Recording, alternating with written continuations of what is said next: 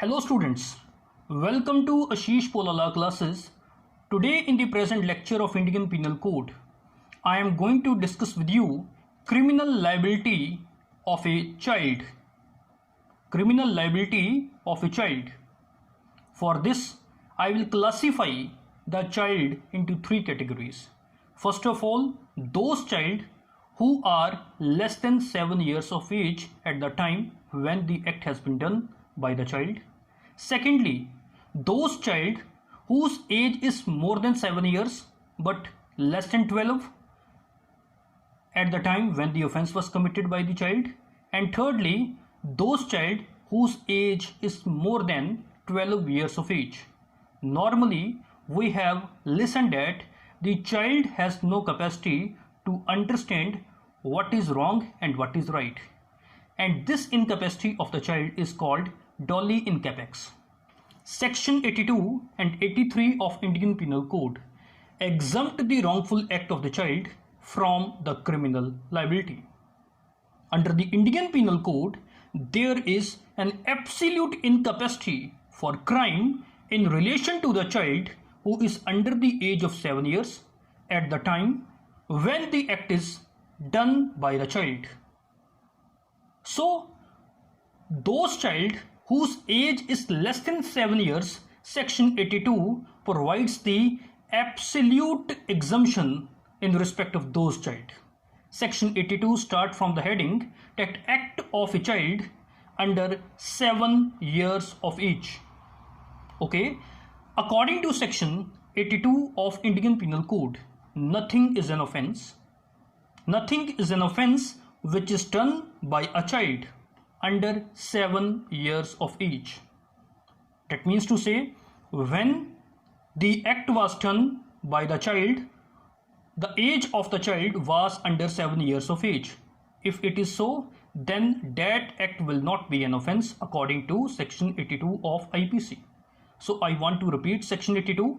Section 82 says that act of a child under 7 years of age.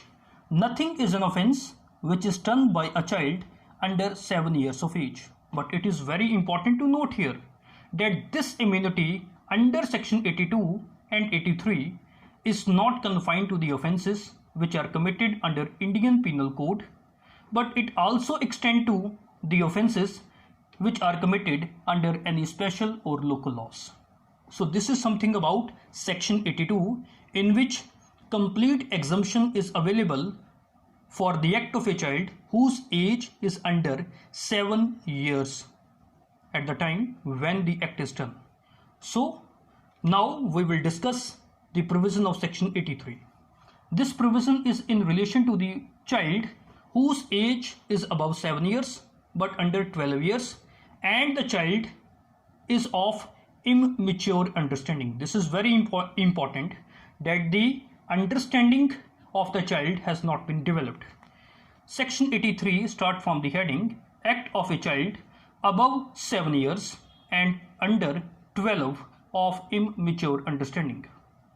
According to Section 83 of Indian Penal Code, nothing is an offence which is done by a child above 7 years of age and under 12 who has not attained sufficient maturity of understanding to judge of the nature and consequences of his conduct on that occasion. That means to say, if the offence is committed by a child whose age is more than 7 years and under 12 at the time when the offence was committed, and he had not attained sufficient maturity to judge what is wrong or what is right, then he will be protected by the provision of Section 83. But what will happen if he has sufficient maturity of understanding? Then he will not be protected by the provision of Section 83. He will be liable for the act which he has committed. Okay, so now we will discuss some important points in relation to Section 82 and 83 of Indian Penal Code. First of all, an infant is by presumption of law is totally incapacious. That means to say, whenever we are talking about the child, then it is a presumption of law that the child is totally incapacitated. That means not endowed with any discretion so as to distinguish right from the wrong. Thus, the question of criminal intention does not arise in case of infant, first of all. Secondly, where a person, what will happen where a person get crimes committed through children who is below 7 years? It is very important. Sometime a person get crimes committed through the help of the children whose age is less than 7 years.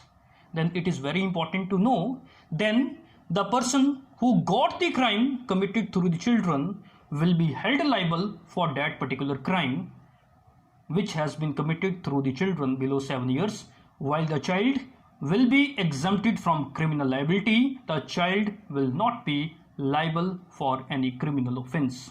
The person who got the crime through the child will be liable only. Okay. But it is very important to note here also that there is complete liability to punishment for a child if he commit the wrong after attaining the age of 12 years. Okay. In a case, it is very important to see here, in this case a girl of 10 years married again during the lifetime of her husband. That means normally we are saying that if any girl or boy marry again during the lifetime of their spouse, then they will be liable for the offense of bigamy.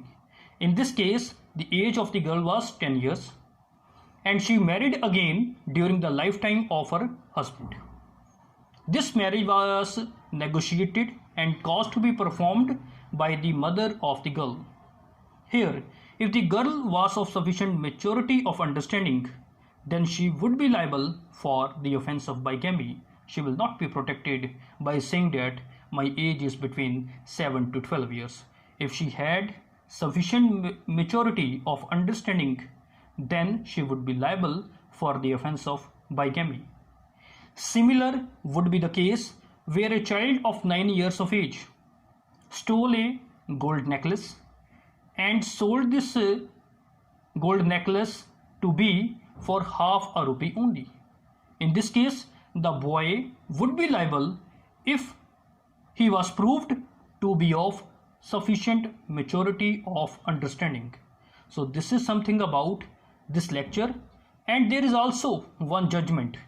Hiralal versus State of Bihar, year 1977, Supreme Court 2237, which will further explain the concept of 82 and 83.